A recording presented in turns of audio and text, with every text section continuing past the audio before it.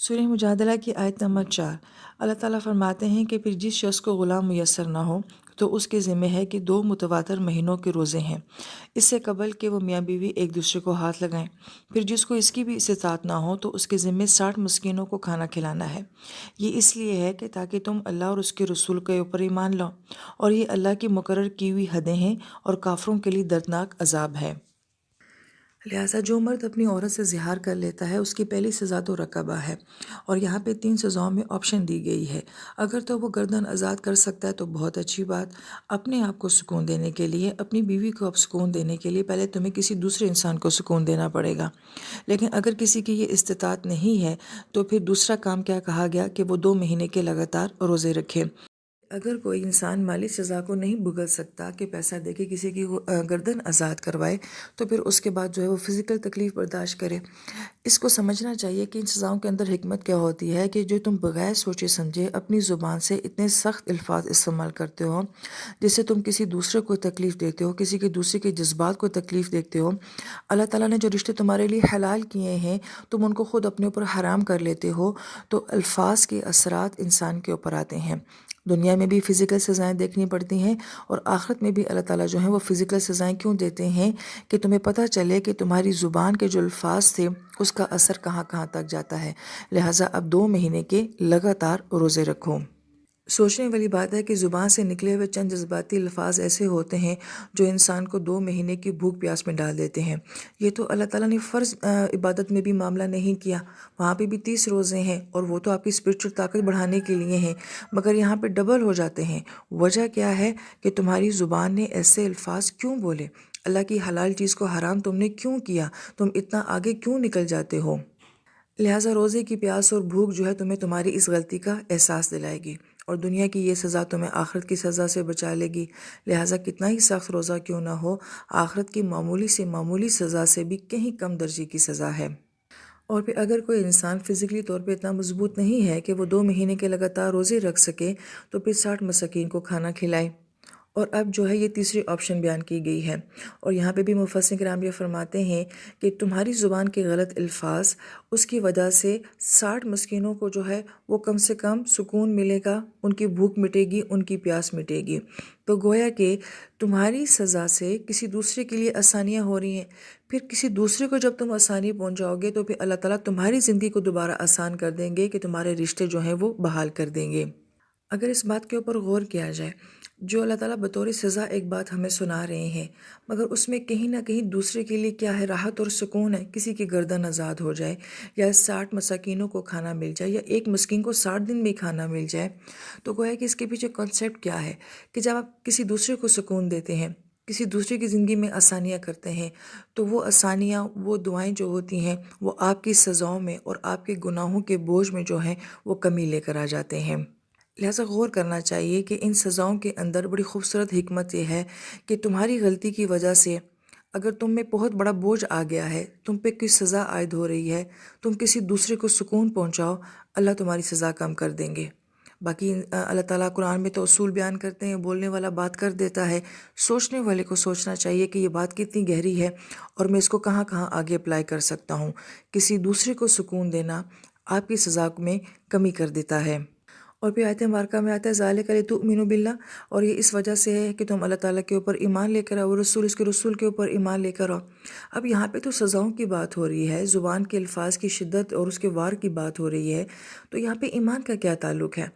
یہ بہت خوبصورت آیت مبارکہ ہے، اس کو ہمیں رب کے ساتھ دیکھنا چاہیے کہ اس کا رب کیا بنتا ہے آیت کے ساتھ۔ ایمان آپ کے دل کی کیفیت ہے، اور قرآن میں کتنی مرتبہ ایسا ہے کہ اللہ تعالیٰ نے اعمال کو جو ہے وہ ایمان کے ساتھ جوڑا ہے، یعنی کہ ہمارے ہر عمل کے پیچھے ہمارے ایمان کا تعلق ہوتا ہے۔ اب اگر ایک شخص کو یہ سزا دی جا رہی ہے کہ وہ گردن آزاد کرائے، پیسہ جائے گا، 2 مہینے کے لگاتار روزے رکھے، تو ہر وقت تو کوئی اس کے ساتھ نہیں ہے جو اس کے روزوں کو دیکھ رہا ہے، اور 60 روزے رکھنے ہیں، 60 مساکین کو کھانا کھلانا ہے، جس طرح کا وہ خود اوسط درجے کا کھانا کھاتا ہے اس طرح کا اس نے دوسروں کو کھلانا ہے، اور اس ساری سچویشن میں اس نے اپنی بیوی کو ہاتھ نہیں لگانا۔ ان سب کا تعلق اس بات سے ہے، کون اس سزا کو مانے گا؟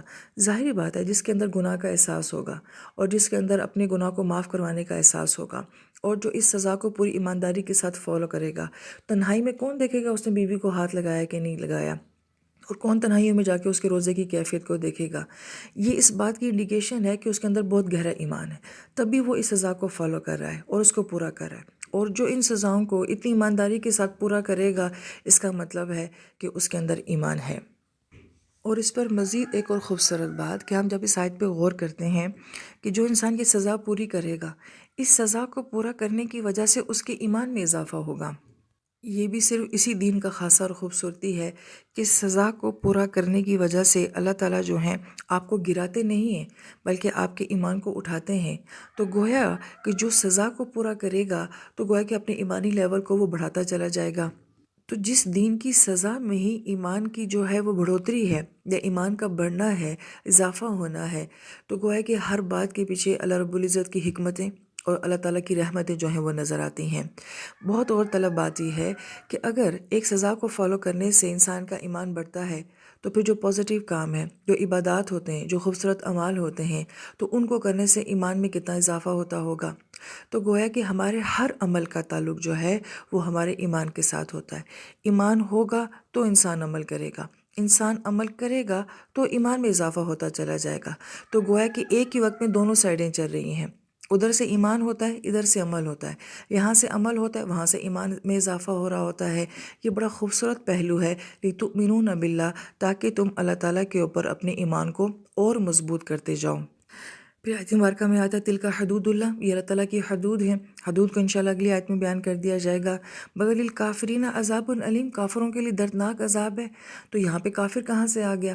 یہ تو مسلمان زہار کر رہا ہے اور اس کی سزا بیان ہو رہی ہے۔ کافر تو نہ دین مانتا ہے، تو نہ وہ زہار مانتا ہے اور نہ ہی وہ سزا کو مانے گا۔ مفسرین کرام یہ فرماتے ہیں یہی آیت کی خوبصورتی اور آیات کا آپس میں ربط ہوتا ہے کہ جو سزا کو فالو کرے گا تو ایمان کی وجہ سے کرے گا، اور سزا کو فالو کرنے کی وجہ سے ایمان بڑھے گا۔ تو obviously جو نہیں کرے گا تو یہ کس بات کی علامت ہے کہ اس کے اندر کفر ہے، اس کے اندر ایمان نہیں ہے۔ لہٰذا یہاں سے ایک بات تو بہت اہم جو مفسرین کرام فرماتے ہیں وہ یہ کہ اگر ہم اللہ تعالیٰ کی بات نہیں مانتے، اللہ تعالیٰ کے حکم کو نہیں مانتے، تو یہ نہ ماننا جو ہوتا ہے یہ انسان کو کفر کی طرف لے جاتا ہے۔ یہ ایک بہت ہی گہری بات ہے کہ بعض اوقات بظاہر جس بات کو ہم جسٹ ایک عام نافرمانی سمجھ رہے ہوتے ہیں، یہ آنے والے وقت میں بہت بڑے کفر کا باعث بھی بن سکتی ہے۔ اور دوسری بات مفسرین کرام یہ فرماتے ہیں کہ یہاں پہ جو ہے وہ عملی کافر مراد ہے، قولی کافر مراد نہیں ہے۔ یعنی کہ ایک انسان تو ہوتا ہے جو زبان سے کہتا ہے کہ میں رب کو نہیں مانتا اور اس کے وجود کو نہیں مانتا، لیکن یہ کون سا کافر ہے جو رب کو مانتا تو ہے اپنی زبان سے مگر عملی طور پہ اس کی کسی بات کو ماننے کے لیے تیار نہیں ہوتا۔ لہٰذا یہاں پہ عملی کافر کی بات کی جا رہی ہے کہ جو اپنے عمل سے کفر کرتے ہیں تو ان کے لیے دردناک عذاب ہے۔ اب جس طرح کی آیت مبارکہ کے آخر میں عذاب کا ذکر ہوتا ہے، اس سے پیچھے کوئی جرم ایسا ہوتا ہے کہ جس کا اس عذاب کے ساتھ، اس سزا کے ساتھ بڑا گہرا تعلق ہوتا ہے۔ اب علیم جو ہے وہ درد کو کہا جاتا ہے، اور یہاں پہ درد کو کیوں بیان کیا گیا کہ درد والا عذاب ملے گا؟ اس لیے کہ زبان سے جو الفاظ نکلتے ہیں ان میں درد ہوتا ہے۔ کتنی باتیں ایسی ہوتی ہیں جو بیوی شوہر کو کہہ دیتی ہے اور شوہر بیوی کو کہہ دیتے ہیں، اور ہر بات پہ تو کوئی شرعی سزا نہیں ہوتی مگر دل ٹوٹ جاتے ہیں، جذبات ٹوٹ جاتے ہیں۔